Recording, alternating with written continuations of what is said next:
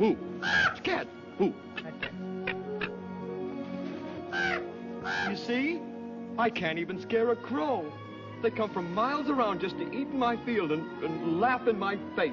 Oh, I'm a failure because I haven't got a brain. Well, what would you do with a brain if you had one? Do? Why, if I had a brain, I could...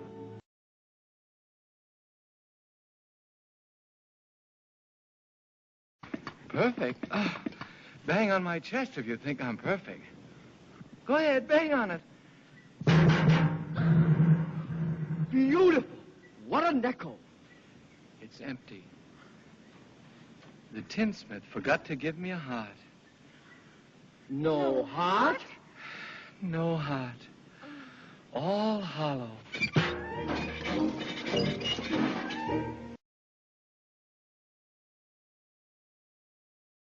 Naturally, when you go around picking on things weaker than you are, why, you're nothing but a great big coward. You're right. I am a coward. I haven't any courage at all. I even scare myself. Look at the circles under my eyes. I haven't slept in weeks. Why don't you try counting sheep? That doesn't do any good. I'm afraid of them. Oh, that's too bad.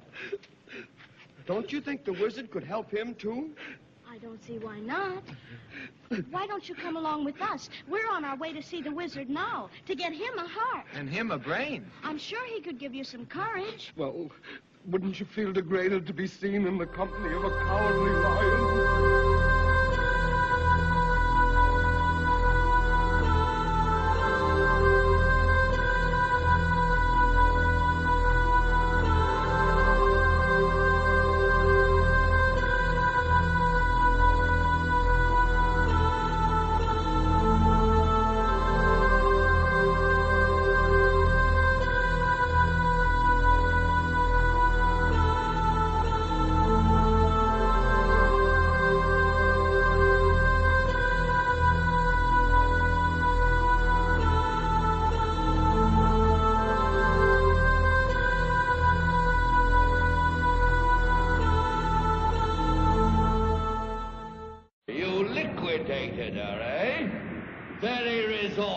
Yes, sir.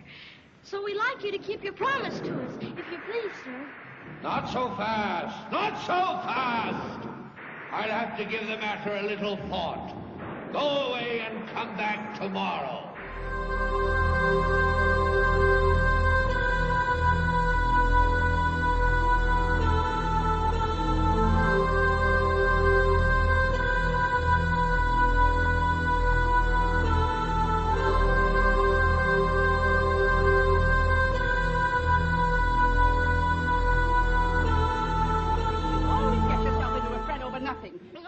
Just help us out today and find yourself a place where you won't get into any trouble. Some place where there isn't any trouble. Do you suppose there is such a place, Toto? There must be. It's not a place you can get to by a boat or a train. It's far, far away. Behind the moon.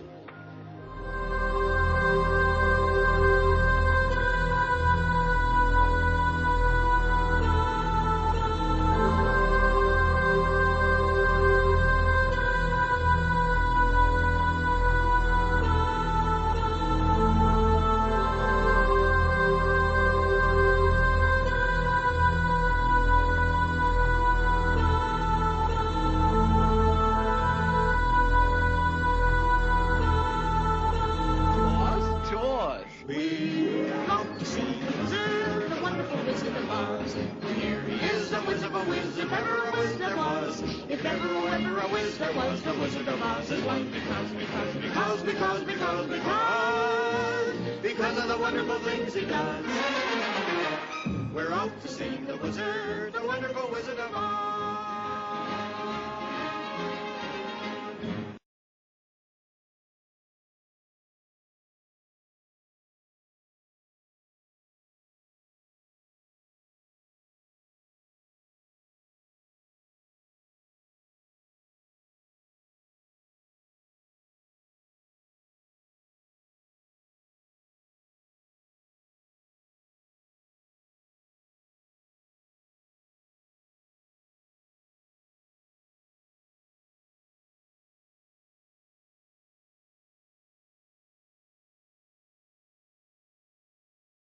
By 1924, Crowley was living in poverty in France.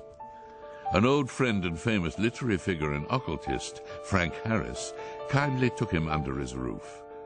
Frank Harris lived with a woman by the name of Nellie O'Hara.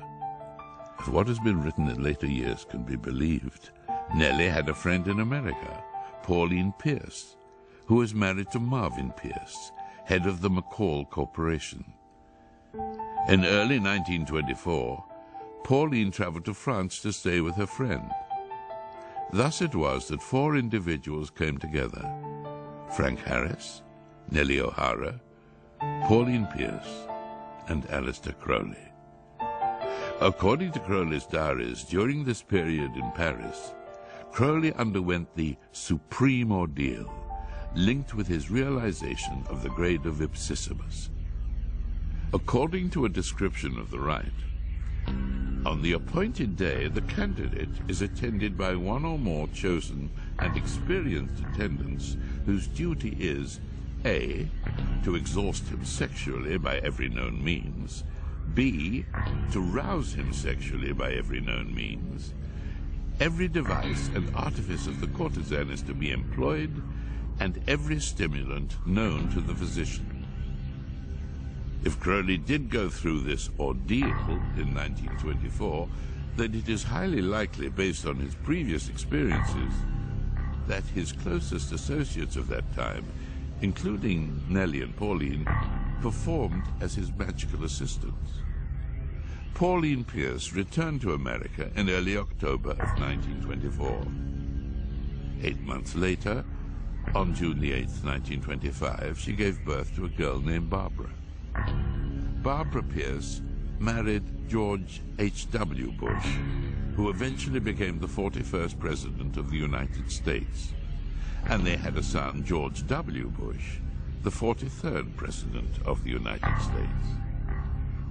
Could the wickedest man in the world, Aleister Crowley, be George W. Bush's grandfather?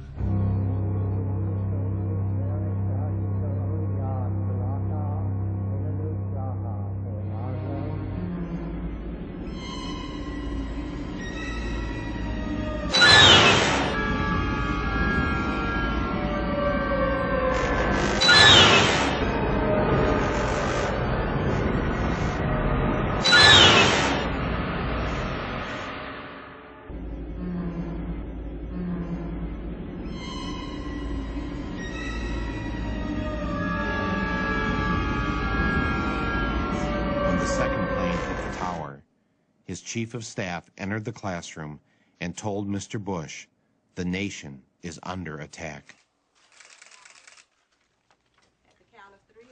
Not knowing what to do, with no one telling him what to do, and no Secret Service rushing in to take him to safety, Mr. Bush just sat there and continued to read My Pet Goat with the children.